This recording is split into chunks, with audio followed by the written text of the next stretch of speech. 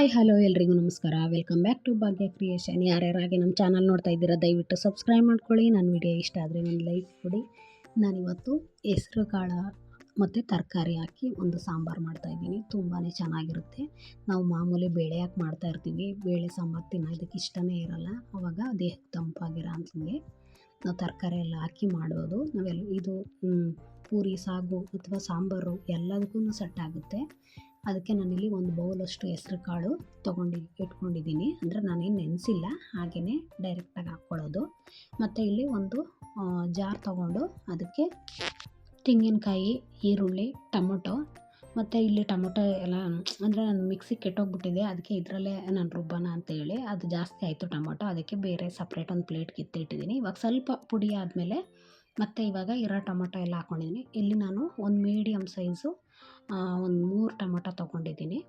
ಮತ್ತು ಇಲ್ಲಿ ಒಂದು 2-2.5 ಸ್ಪೂನ್ ನೀವು ಸಾಂಬಾರು ಪುಡಿನ ಹಾಕ್ಕೊಳ್ಳಿ. ಮತ್ತು ಇಲ್ಲಿ ಒಂದು ದಪ್ಪದು ಒಂದು ಈರುಳ್ಳಿ, ಒಂದು ಸ್ವಲ್ಪ ತೆಂಗಿನಕಾಯಿ, ಯಾಕೆಂದರೆ ಹೆಸರು ಕಾಳಲ್ವ ಸ್ವಲ್ಪ ಗಟ್ಟಿ ಬಂದೇ ಬರುತ್ತೆ. ಹಾಗಾಗಿ ಇಷ್ಟನ್ನು ಹಾಕ್ಕೊಂಡು ಚೆನ್ನಾಗಿ ಈ ರೀತಿ ನುಣ್ಣಗೆ ರುಬ್ಕೊಳ್ಳಿ. ಇವಾಗ ನೋಡಿ ರುಬ್ಬಿ ಎತ್ತಿಟ್ಕೊಂಡು ಇವಾಗ ಮೊದಲು ಒಂದು ಕುಕ್ಕರ್ ತೊಗೊಂಡು ಆ ಕುಕ್ಕರ್ಗೆ ನಾವು ರುಬ್ಬಿರೋ ಅಂಥ ಖಾರನ ಹಾಕ್ಕೊಳ್ಳೋಣ.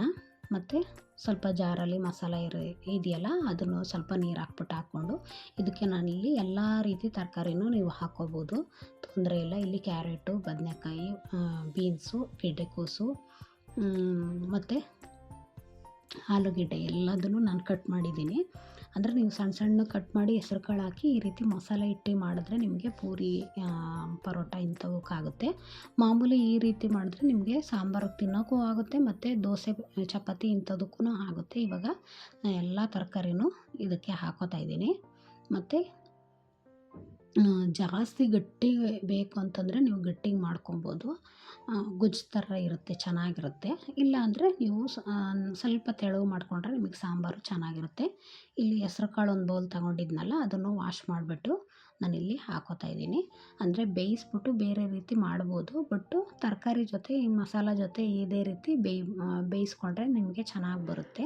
ಇಲ್ಲಿ ಮತ್ತು ರುಚಿಗೆ ತಕ್ಕಷ್ಟು ಉಪ್ಪನ್ನು ನಾನಿಲ್ಲಿ ಹಾಕೋತಾ ಇದ್ದೀನಿ. ನೀವು ಕ್ವಾಂಟಿಟಿ ಎಷ್ಟು ಮಾಡ್ತೀರೋ ನೋಡಿಕೊಂಡು ನೀವಿಲ್ಲಿ ಉಪ್ಪನ್ನು ಹಾಕ್ಕೋಬೇಕಾಗುತ್ತೆ. ಮತ್ತು ನೀರು ಅಷ್ಟೇ ಫಸ್ಟಿಗೆ ಜಾಸ್ತಿ ಹಾಕ್ಕೋಬೇಡಿ, ಯಾಕೆಂದರೆ ಈ ಕುಕ್ಕರ್ಗಳಲ್ಲಿ ವಿಷಲ್ ಹೋಗೋದ್ರೆ ಎಲ್ಲ ಆಚೆನೇ ಬಂದುಬಿಡುತ್ತೆ. ಹಾಗಾಗಿ ನೋಡ್ಕೊಂಡು ಹಾಕ್ಕೊಳ್ಳಿ. ಆಮೇಲೆ ಬೇಕು ಅಂದರೆ ನೀವು ಸಾಂಬಾರನ್ನ ಹೆಚ್ಚಿಸ್ಕೋಬೋದಾಗುತ್ತೆ. ಖಾರನೂ ಅಷ್ಟೇ ಎಷ್ಟು ಹಾಕಿರ್ತೀರೋ ಅದ್ರ ಮೇಲೆ ನೀವು ಸಾಂಬಾರನ್ನ ಮಾಡಿದ್ರೆ ಸಾಂಬಾರು ಟೇಸ್ಟಾಗಿರುತ್ತೆ. ಇವಾಗ ಖಾರ ಎಲ್ಲ ಹಾಕ್ಕೊಂಡು ಇವಾಗ ನಾನಿಲ್ಲಿ 1 ಗ್ಲಾಸಷ್ಟು ನೀರನ್ನು ಹಾಕ್ಕೊಂಡು ಚೆನ್ನಾಗಿ ಎಲ್ಲ ಮಿಕ್ಸ್ ಮಾಡ್ಕೊತಾ ಇದ್ದೀನಿ. ಯಾಕೆಂದರೆ ನಾವು ಉಪ್ಪೆಲ್ಲ ಹಾಕಿದ್ನಲ್ವಾ, ಹಾಗಾಗಿ ಚೆನ್ನಾಗಿ ಮಿಕ್ಸ್ ಕೊಡಬೇಕು. ಮತ್ತು ಸಾಂಬಾರಿಗಿನ್ನ ಜಾಸ್ತಿ ಇದು ತರಕಾರಿ ಕಾಳೇ ಜಾಸ್ತಿ ಆಗೋಗ್ಬಿಡುತ್ತೆ. ಹಾಗಾಗಿ ಇಲ್ಲಿ ಒಂದು 2 ಗ್ಲಾಸ್ ನೀರು ಹಾಕ್ಕೊಂಡೆ ಇವಾಗ. ಅಂದರೆ ಫಸ್ಟಿಗೆ 1 ಗ್ಲಾಸ್ ಹಾಕ್ಕೊಂಡಿದ್ನಲ್ವ, ಮತ್ತು ಇನ್ನೊಂದು ಗ್ಲಾಸ್ ಹಾಕ್ಕೊಂಡು ಮತ್ತೆ ಒಂದು ಮಿಕ್ಸ್ ಕೊಟ್ಬಿಟ್ಟು ಇವಾಗ ನೋಡಿ ಎಲ್ಲ ರೆಡಿ ಆಯ್ತು. ಇವಾಗ ಒಂದು ಕೊಡ್ಕೊಂಡು ಅಂದರೆ ತುಂಬ ಫಾಸ್ಟಾಗಿ ಆಗುತ್ತೆ, ಜಾಸ್ತಿ ಟೈಮ್ ಏನು ತೊಗೊಳ್ಳಲ್ಲ. ಈಗ ಬೇಳೆ ಕೆಲವು ಟೈಮು ನೆನೆಸಿಡಬೇಕು, ಇಲ್ಲಾಂದರೆ ಬೇಯಿಸ್ಕೊಂಡು ಸಪ್ರೇಟ್ ಮಾಡಬೇಕು. ಬೇಳೆ ಚೆನ್ನಾಗಿ ಬೆಂದ್ರೇ ಸಾಂಬಾರು ತುಂಬ ಚೆನ್ನಾಗಿ ಟೇಸ್ಟ್ ಬರುತ್ತೆ. ಹಾಗಾಗಿ ಇಲ್ಲಿ ಬೇಳೆ ಸಾಂಬಾರು ತಿನ್ನೋದಕ್ಕೆ ಬೇಜಾರು ಮಾಡ್ಕೊತಾರಲ್ವ, ಆವಾಗ ಈ ರೀತಿ ಹೆಸ್ರು ಕಾಳು ಸಾಂಬಾರು ಮಾಡ್ಕೋಬೋದು. ಈಗ ಲಿಡ್ಡನ್ನು ಕ್ಲೋಸ್ ಮಾಡಿ ಗ್ಯಾಸ್ ಹಚ್ಚಿ ನಾನಿಲ್ಲಿ ಒಂದು 2 ವಿಷಲ್ ಆದರೆ ಸಾಕು, ತುಂಬ ಚೆನ್ನಾಗಿ ಬೆಂದಿರುತ್ತೆ. ನೋಡಿ ಇಲ್ಲಿ ವಿಷಲ್ಗೆ ಹೋಗ್ತಾಯಿದೆ. ನನಗೂ ನೀರು ಕಡಿಮೆನೇ ಇಟ್ಟೆ, ಏಕೆಂದರೆ ಈ ರೀತಿ ಉಕ್ಕಿ ಗ್ಯಾಸ್ ಗಲೀಜಾಗಿ ಹೋಗ್ಬಿಡುತ್ತೆ. ಆದ್ರೂ ಹಾಗೆ ಆಗೋಯಿತು. ಒಂದು 2 ವಿಷಲ್ ಹಾಕಿಸ್ಕೊಂಡ್ರೆ ಸಾಕು, ಜಾಸ್ತಿ ಬೇಡ. ಏಕೆಂದರೆ ಹೆಸ್ರು ಕಾಳಲ್ವಾ, ತುಂಬ ಬೆಂದು ಮಸಾಲೆ ಫುಲ್ಲು ಗಟ್ಟಿಯಾಗಿ ಹೋಗ್ಬಿಡುತ್ತೆ. ಅಂದರೆ ನಾವೀಗ ಮೊಸೊಪ್ಪಿಗೆ ಬೇಕಾದ್ರೆ ಹೆಸ್ರು ಕಾಳು ಬೇಳೆ ಎಲ್ಲ ಹಾಕಿ ನುಣ್ಣಗೆ ಬೇಯಿಸಿದ್ರೂ ನಡೆಯುತ್ತೆ. ಬಟ್ ಈ ರೀತಿ ತರಕಾರಿ ಸಾಂಬಾರುಗಳಿಗೆ ಯಾಕೆಂದರೆ ಆಲ್ರೆಡಿ ಬದನೆಕಾಯಿ ಎಲ್ಲ ಹಾಕಿರ್ತೀವಲ್ವ, ತುಂಬ ಗಟ್ಟಿಯಾಗಿ ಹೋಗ್ಬಿಡುತ್ತೆ. ಅಂದರೆ ಗೊಜ್ಜಂಗೆ ಬೇಕಾದ್ರೆ ಮಾಡ್ಕೋಬೋದು, ಯಾವುದಕ್ಕಾದ್ರೂ ಯೂಸ್ ಆಗುತ್ತೆ. ಇಲ್ಲಿ ನೋಡಿ ನಾನು ಮಾಡಿದ್ದು ಕರೆಕ್ಟಾಗಿದೆ. ಹೆಸ್ರು ಕಾಳು ಜಾಸ್ತಿ ಬೆಂದಿಲ್ಲ, ತರಕಾರಿನೂ ಅಷ್ಟೇ ಜಾಸ್ತಿ ಬೆಂದಿಲ್ಲ. ಅದಕ್ಕೆ ಇಲ್ಲಿ ನಾನು ಮತ್ತೆ 1 ಗ್ಲಾಸ್ನ ನೀರನ್ನು ಹಾಕ್ಕೋತಾ ಇದ್ದೀನಿ. ಯಾಕೆಂದರೆ ನಮಗೆ ಸಾಂಬಾರು ಬೇಕಲ್ವ, ತುಂಬ ಗೊಜ್ಜು ಥರ ಆದರೆ ಬರೀ ಏನಾದರೂ ಬೇರೆ ಚಪಾತಿ ಇಂಥದಕ್ಕೆಲ್ಲ ಆಗುತ್ತೆ. ಒಂದು ಸ್ವಲ್ಪ ನೀರು ಹಾಕಿದ್ರೆ ಸಾಂಬಾರಿಗೆ ಕರೆಕ್ಟ್ ಆಗುತ್ತೆ. ಹಾಗಾಗಿ ಇಲ್ಲಿ ಆ ಕುಕ್ಕರಿಂದ ಒಂದು ಪಾತ್ರೆಗೆ ಬಗ್ಗಿಸ್ಬಿಟ್ಟು ಇವಾಗ ಮತ್ತೆ ಅದನ್ನು ಕುದಿಯೋದಕ್ಕೆ ಇಟ್ಕೊಳ್ತಾ ಇದ್ದೀನಿ.